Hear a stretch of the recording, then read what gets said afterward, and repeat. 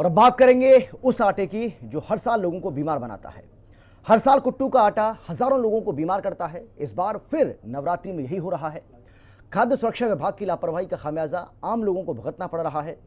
देहरादून में कुट्टू का आटा खाने से सैकड़ों लोग बीमार हो गए, जिसके बाद प्रशासन में हड़कंप मचा हुआ है। आरोपियों के खिलाफ एक्शन भी तेज हो गया है।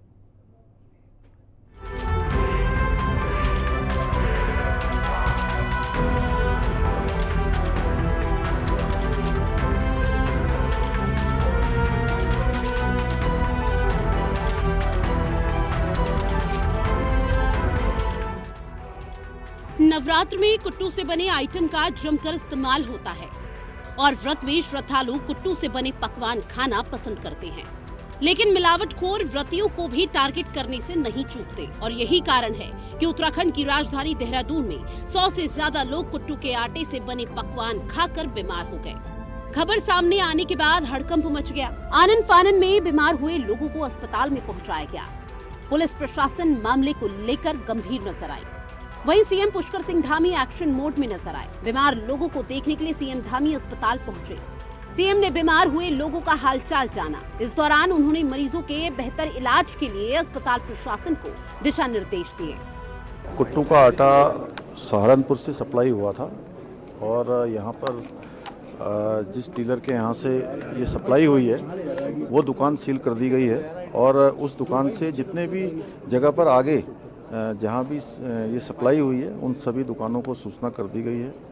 इसमें जो भी सहारनपुर के जिला प्रशासन को भी हमारे यहाँ के प्रशासन ने बता दिया है। सभी घायलों को, सभी लोगों को जिनकी भी तबीयत ख़राब हुई है उनको अच्छी इलाज की व्यवस्था यहाँ पर हो रही है, अच्छा इलाज हो रहा है। लेकिन जो भी लोग इसमें जिनके कारण से ये घटना हुई है, इतने लोगों को अस्पताल में भर्ती होना पड़ा है, स्वास्थ्य सचिव से कह दिया गया है कि उनके खिलाफ जांच करके कठोर से कठोर कार्रवाई करें। मैं यही कह रहा हूँ कि जो भी घटना होती है, क्योंकि पिछली बार भी आई थी हरिद्वार में, पिछली बार ये आपने देखा होगा कि तुरंत मैंने उस पर एक्शन किया था और इस बार भी चूँकि ये लोग जितना भी सप्लाई करते हैं या तो बैकडेटेड होता है या वो जो है ख़राब होता है। तो कुल मिला के हमने अब ये भी आदेश दे दिए हैं कि जितने भी दुकानें हैं उनका भी निरीक्षण किया जाएगा और तत्काल प्रभाव से सरकार ने उनको सील करने के भी आदेश दिए, उनके खिलाफ कार्रवाई करने के भी आदेश दिए। मरीजों का कहना है कि उन्होंने व्रत के पहले दिन व्रत के दौरान कुट्टू के आटे का सेवन किया था, जिसके बाद उनकी तबीयत बिगड़ने लगी।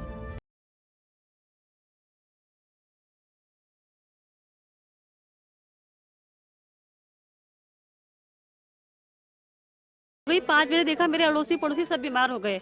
आधे मेरे पड़ोसी तो एडमिट है कहीं और दूसरे अस्पताल में, आधों को लेकर मैं यहाँ पे आ गई। थोड़ा मैंने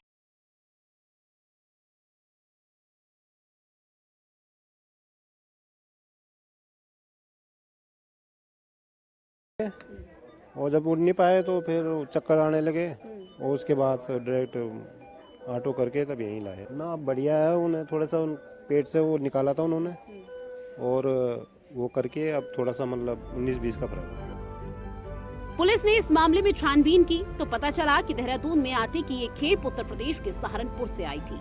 इसके बाद देहरादून पुलिस ने इसकी सूचना सहारनपुर पुलिस को दी और इसी के बाद इस पूरे मामले की जांच और तेज कर दी गई।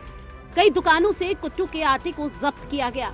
आरोपियों के खिलाफ कार्रवाई की जा रही है। मैं आप सभी देहरादून जिले के नागरिकगण से अपील करना चाहूँगा कि